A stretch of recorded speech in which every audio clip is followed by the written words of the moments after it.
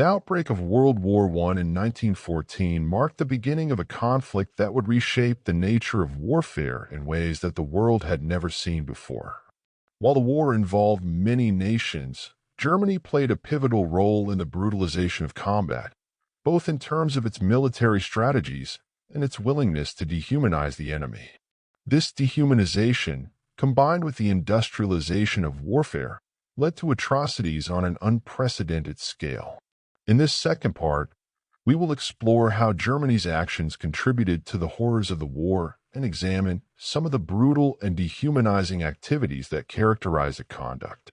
From the outset, Germany's approach to the war was characterized by a ruthless efficiency that sought to maximize its military advantage while disregarding the human cost.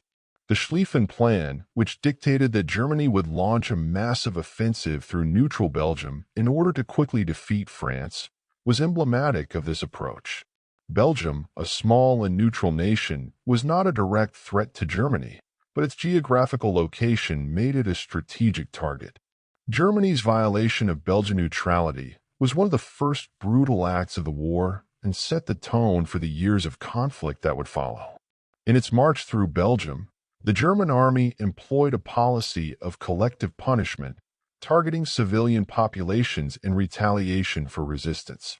The German High Command believed that Belgian civilians were aiding the resistance by engaging in guerrilla warfare, known as Franktours. In response, the German military executed a series of massacres that shocked the world. In the town of Dinant, for example, German troops killed over 600 civilians, including women and children, as part of a reprisal for alleged resistance.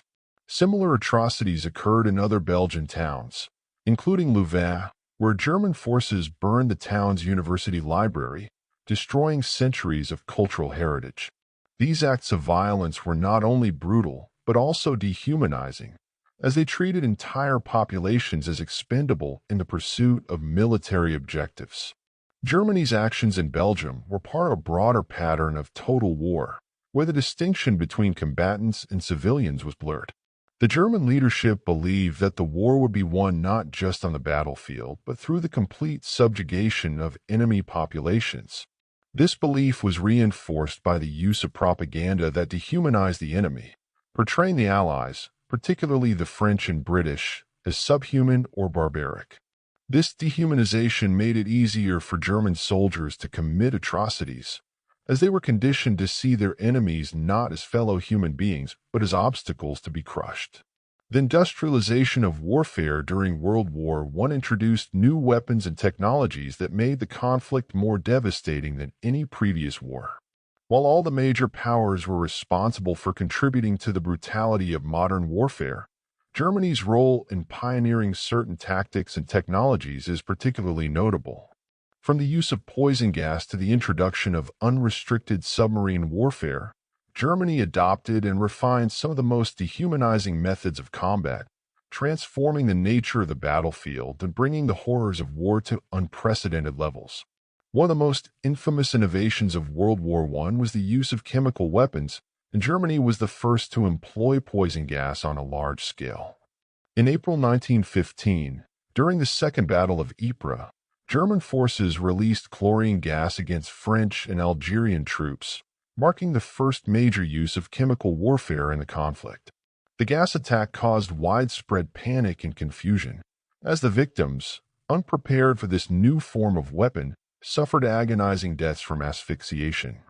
Those who survived often endured long-term respiratory damage, burns, and blindness.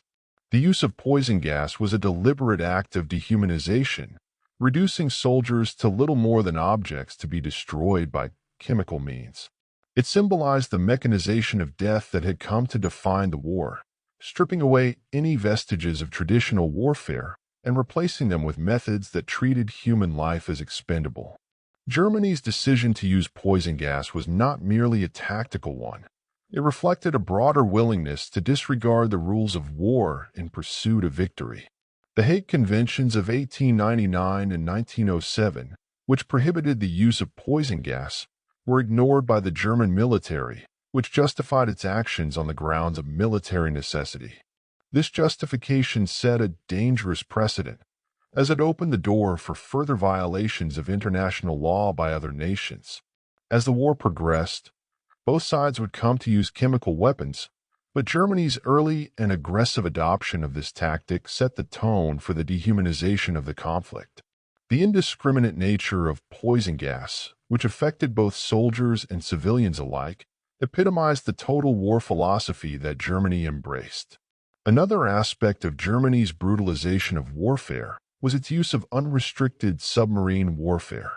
Germany's naval strategy was shaped by its desire to break the British blockade, which had severely limited its access to resources.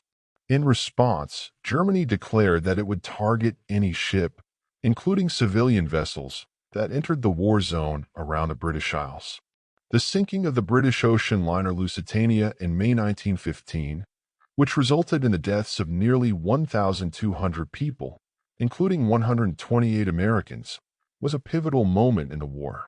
The Lusitania was not a military target, but Germany justified the attack by claiming that the ship was carrying munitions. This justification, however, did little to mitigate the outrage that followed, as the attack was widely seen as an act of barbarism. The sinking of civilian ships was part of a broader strategy of economic warfare designed to starve Britain into submission by cutting off its access to vital supplies. However, the impact of unrestricted submarine warfare went beyond mere economic damage.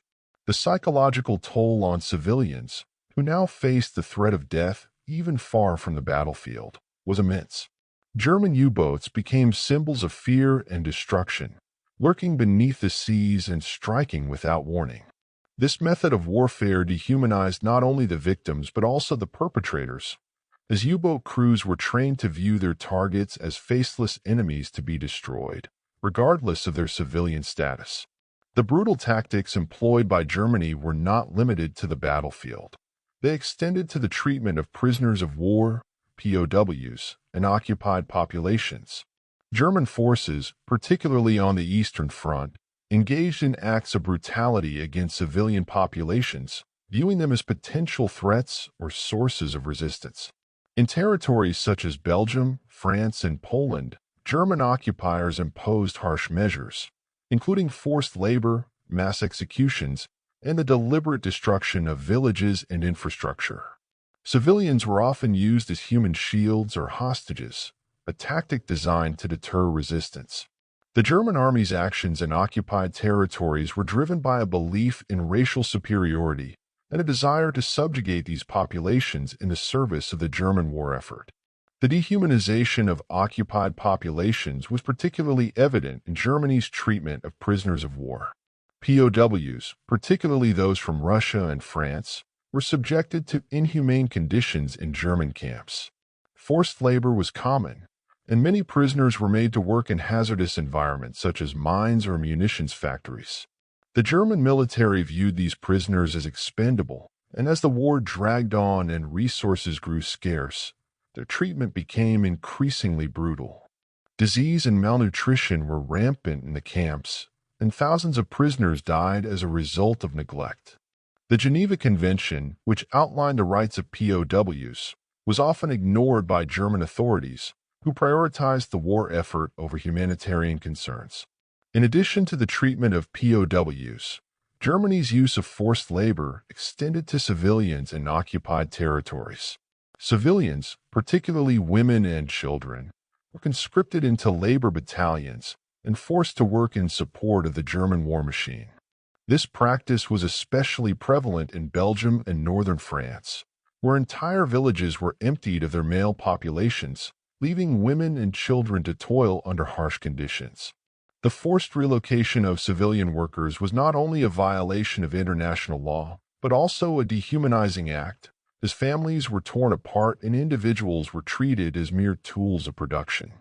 The use of forced labor reflected Germany's total war strategy, where the entire population, whether German or foreign, was mobilized in the service of the war effort.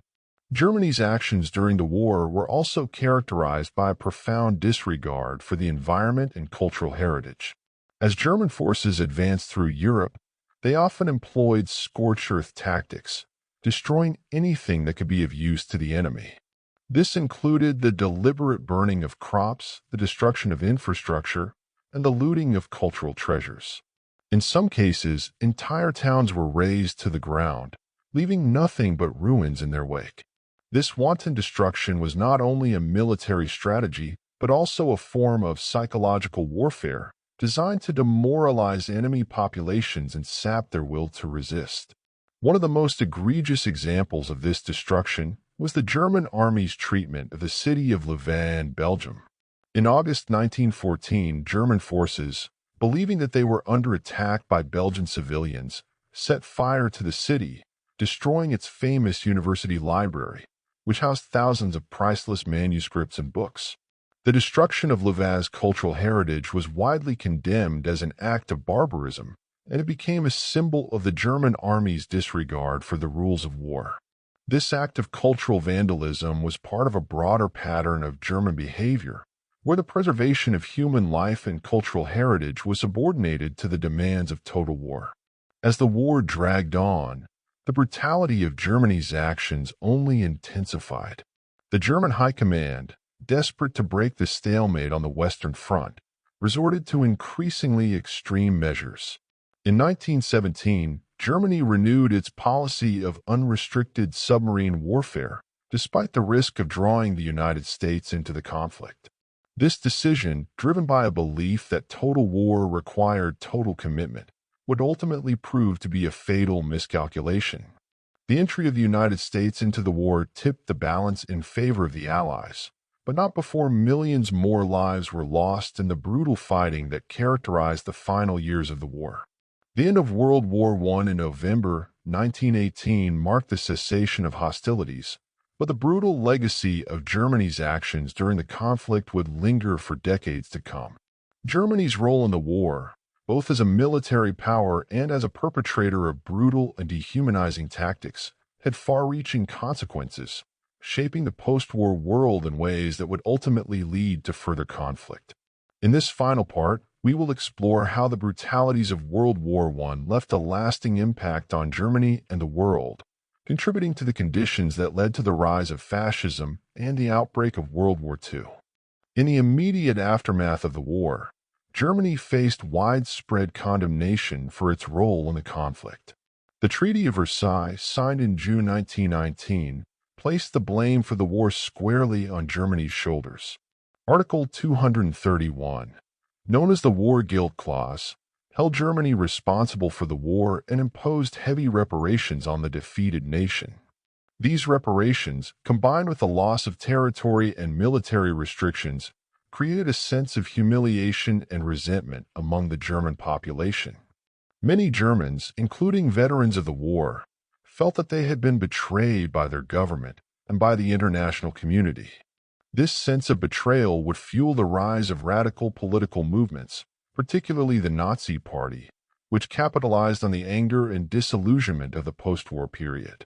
The brutality of the war also had a profound psychological impact on German society. The generation that had fought in the trenches returned home scarred by the horrors of industrialized warfare. The experience of trench warfare, with its constant shelling, gas attacks, and mass casualties, left many soldiers traumatized, suffering from what we now recognize as post-traumatic stress disorder, PTSD. However, in the immediate aftermath of the war, there was little understanding or sympathy for the psychological wounds of the veterans. Many returning soldiers were left to grapple with their trauma in isolation, unable to fully reintegrate into civilian life. This disillusionment with civilian society contributed to the rise of paramilitary groups, such as the Free Corps, which would play a key role in the instability of the Weimar Republic. Germany's actions during the war also left a lasting impact on international law and the rules of warfare. The widespread use of chemical weapons and the targeting of civilian populations led to calls for stronger international regulations to prevent such atrocities in the future. The Geneva Protocol of 1925, which banned the use of chemical and biological weapons in warfare, was a direct response to the horrors of World War I. However, the legacy of the war would continue to haunt the world, as the lessons of the conflict were not fully learned. The brutal tactics employed by Germany, particularly its embrace of total war, would resurface in even more extreme forms during World War II, when the Nazi regime would take the dehumanization of warfare to unprecedented levels. The brutality and dehumanizing activities of World War I, driven in large part by Germany's aggressive strategies and ideologies, left a dark legacy that shaped the course of the 20th century. While Germany was not solely responsible for the horrors of the war, its actions set a precedent for the industrialization of death and the blurring of moral boundaries in warfare. The consequences of these actions would reverberate through history, contributing to the rise of fascism, the outbreak of World War II, and the continued evolution of warfare in the modern era. In the end, Germany's decision to start the war in 1914 and the brutal tactics it employed throughout the conflict were driven by a combination of militaristic ideology, imperial ambition, and a willingness to dehumanize both enemies and civilians alike. The war that was meant to secure Germany's place as a dominant world power instead left it shattered and humiliated, its brutal legacy haunting the nation and the world for generations to come.